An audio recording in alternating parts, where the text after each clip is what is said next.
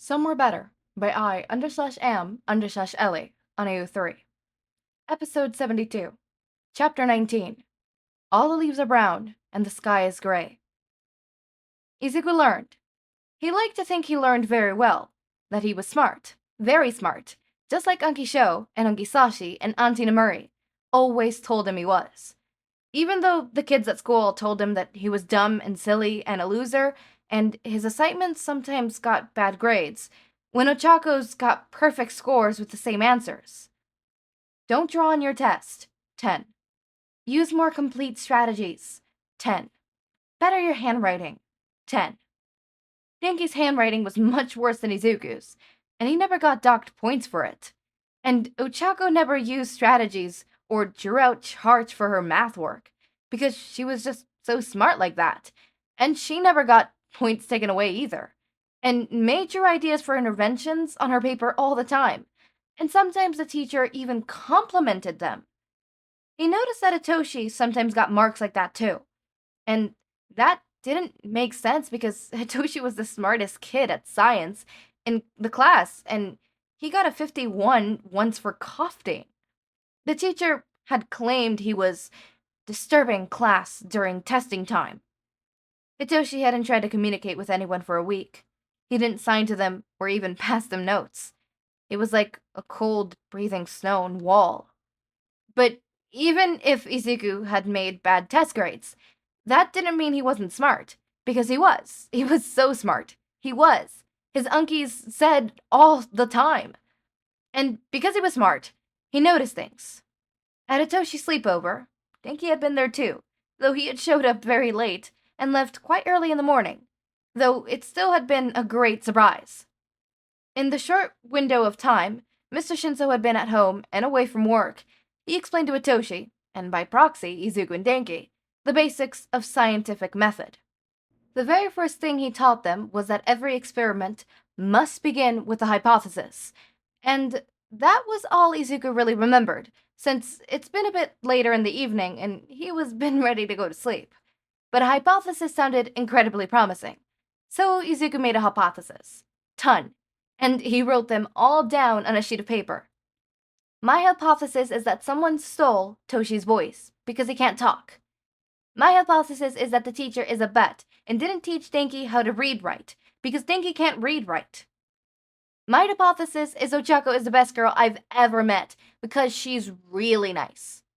My hypothesis is that May is the smartest girl ever, because she knows how screws work, and I'm a boy and I don't know how screws work, even though I'm supposed to know. My hypothesis is that Sho is really, really, really sad. He hadn't felt the need to add because at the end of that particular hypothesis, because anyone could tell just by looking at him. Sho was always tired because he was always working to make money for Izuku. Hizashi said it was so Izuku could have all the candy and toys and Disney movies he wanted. He sometimes fell asleep in the car, or he got really, really drowsy when he was driving, and Hizashi would have to take over for him. He sometimes got really hungry, because he sometimes forgot to eat when Hizashi was away. When he was grading papers or doing something called physical therapy for his leg or sorting out paperwork for his hero agency. And then Izuku would have to grab his hand and take him to the kitchen so he would eat something. And maybe get Izuku something too, because he sometimes just wanted a snack just because. When Sho was stressed, he gripped his elbows and tapped at them. When he was mad, he paced. And when he paced, he liked to walk on his tiptoes. It always looked really funny, and Izuku liked to copy him because when he did, he thought he looked like Dolores' boyfriend, Mario from Encanto. Sho didn't walk on his tippy toes anymore. Every time he caught himself doing it, he would groan in frustration, or madness, or something, and collapse face first onto the couch with a thump. Takara liked to nuzzle her head to make him feel better when he did so. When Sho wasn't thinking about it, he rocked back and forth, side to side in his chair, and he did that a lot, because now it seemed like Sho was only just noticing he did it, and he got upset when he did it. And then the pacing started, with the tippy toes. At that point, if Hizashi was home, Sho usually went to his room for a while. When Hizashi wasn't home, he and Izuku sat on the couch together. Sho with his legs crossed and sitting on his hands. and they watched the really old Disney movies because Ankisho liked the music and Izuku liked the 2D animation a lot more than the 3D. It was a weekend now, and Ankisho was sitting on the floor surrounded by papers, with a bright red marker in his hand. He was making a lot of marks on the paper, and he looked increasingly more annoyed as time went on. Each paper was littered with Fs. Izuku sat across from him on the floor, sitting crisscross applesauce. Ankisho looked at him as he did, blinking for a moment at Izuku's head. "You're wearing a hat," Ankisho noted in surprise. Izuku nodded because he was indeed. A black beanie with odd, flared white spots. Izuku liked it because it looked like a galaxy. Izuku tugged the beanie off, running a hand through the close chopped hair. Hizashi had done it in the bathroom just the other day. The sides were shorter than the top, and the top bits were only an inch or so long. Even though it was short, the strands of hair still managed to curl upwards. He liked it, he supposed. He didn't have to brush his hair as much anymore. But his head was always so cold. At least the lice were gone for good. His head didn't itch as much anymore, either. "My head gets cold, 'cause October went and got everything cold," Izuku complained with a huff. He just wasn't sure what it was with October and making everything so cold. Why did it feel the need to? It felt colder, though. He felt it in his lungs. Ankisho nodded, turning back to his paper. "Hey, Ankisho, why are you always writing on papers?" Izuku asked curiously. "Because it's my job. I get paid to make fun of teenagers' essays." He made a noise of disgruntled confusion, jotting down a note to the side of one paper before pulling a bold 54 on the top of the page. "Can I help?" Izuku asked. "No." "But why? I can help. That way you don't have to work too long, and we could watch a movie together." "You don't know how to grade papers, child." "You could teach me," Izuku stressed. He pouted because that's usually worked when he wanted something from Ankisho, or Auntie Nem. Ankisho gave him an unimpressed look through a strand of hair. "Please, Hizashi isn't here, and you're working, and Auntie Nem is on a mission, so I have no one to hang out with." Ankisho frowned at the paper for a moment, and he at least looked like he was thinking about it, before taking another marker off to the side, a blue one this time, and handing it to Izuku along with an already graded essay. "Make this look nicer," he said utterly, before turning back to his own work. Izuku hummed. Ankisho had given the paper a 42, which was really not good, especially if it was an essay. Izuku had heard Ankisho say once that essays were really important grades.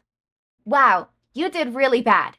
Try your best next time," he wrote out in untidy handwriting, adding a little smiley face to the side for good measure. He nodded, setting the paper to the side, and grading another graded essay. This one had an 80. "You did so good. Good job." This one had a giant smiley face next to it. He worked his way through the stack of graded papers, adding little notes of encouragement as he went, before he reached the first perfect score he had seen yet. Shinsou. "Great job!"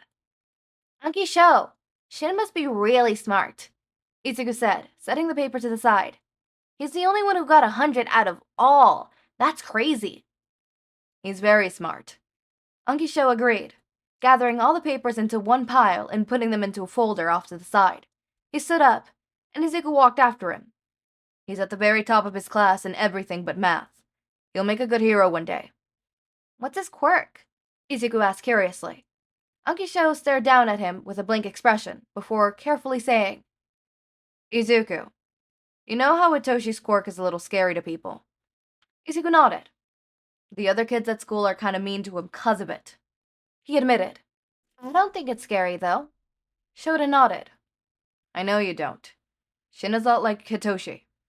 Izuku frowned. "Can he control people too?" "No." "Oh."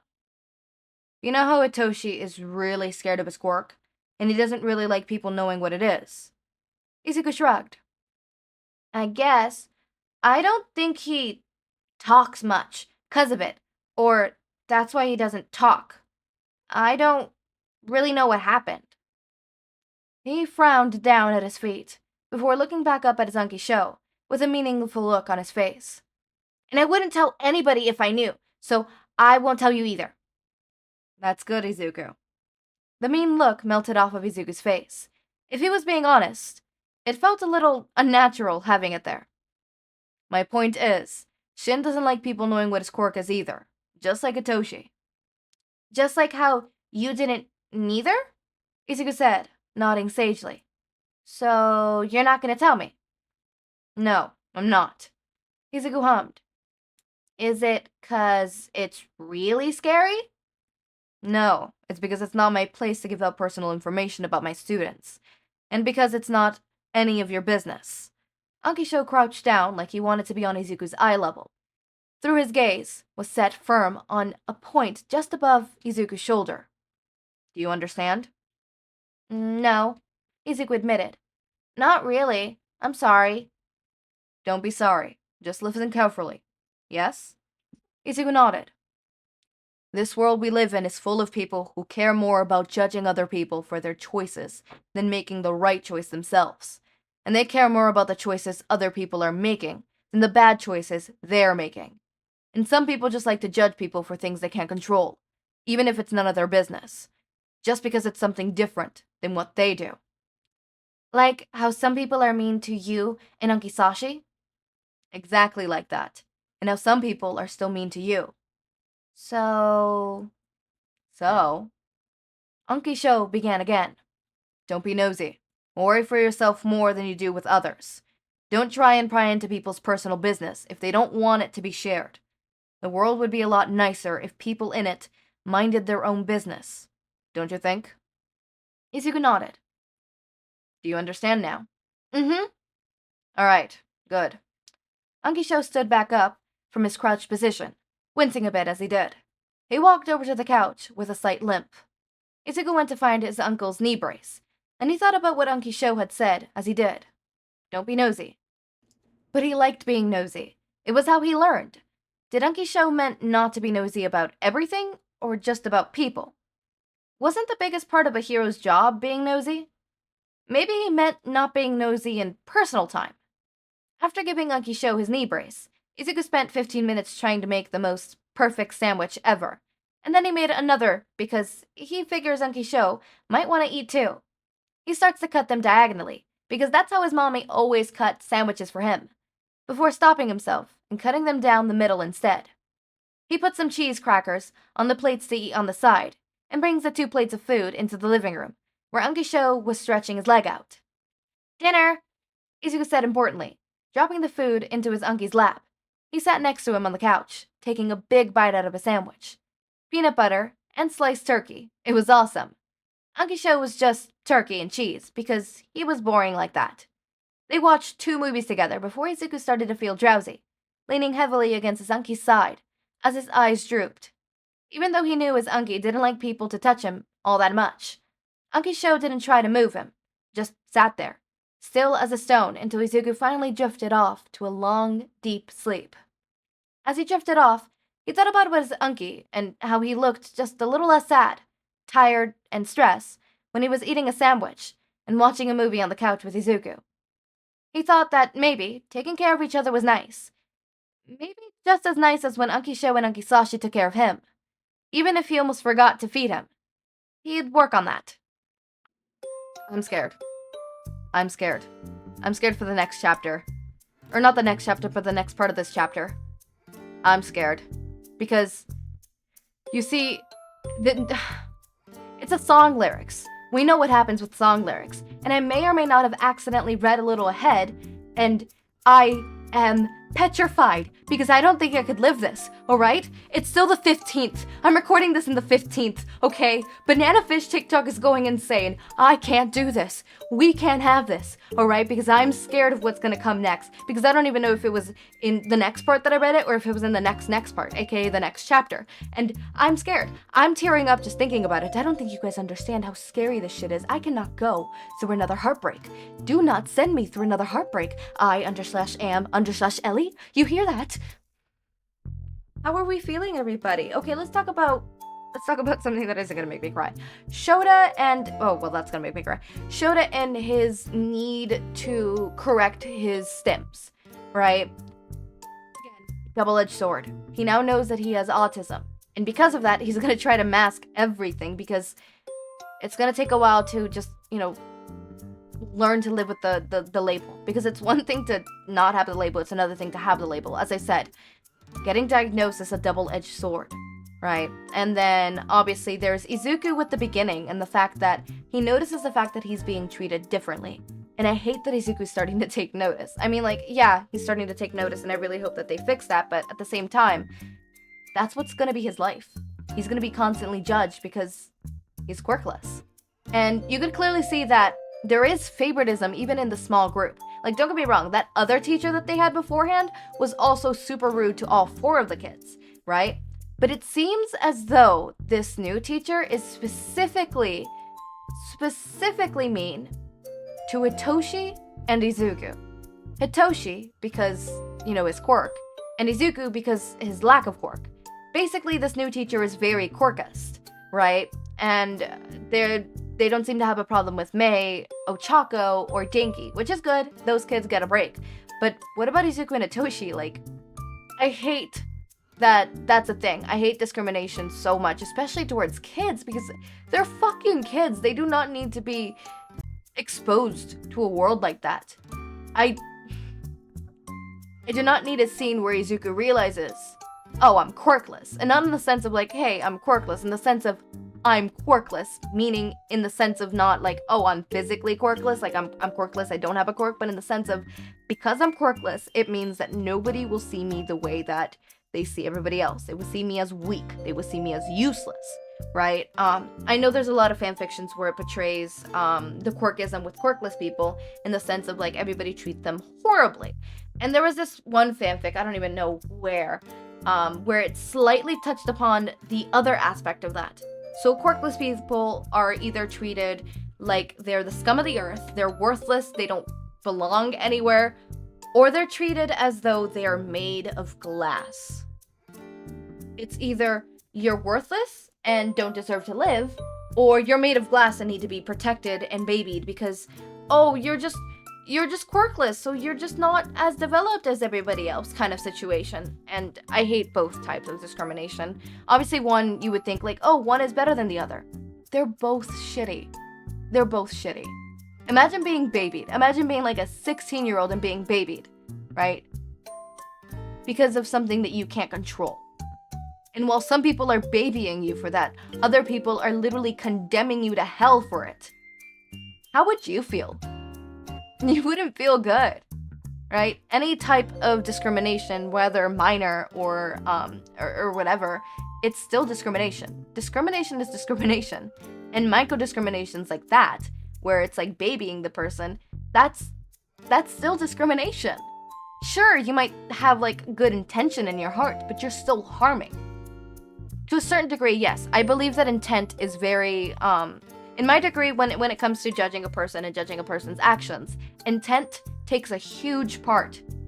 But if you harm someone, I'm sorry, that doesn't remove the fact that you harmed someone. Yes, you were thinking of good. That means I'm not going to think of you as a horrible person for, doing this micro, quirkism, right? But that does not mean that you get a free pass. No. Learn better. Do better. Anyways, as always, my raindrops, make sure to eat, sleep, drink water, take your meds. Have a wonderful day or night. Link to my Discord server and socials are down in the description. Subscribe to see more of my content, and thank you so much for watching.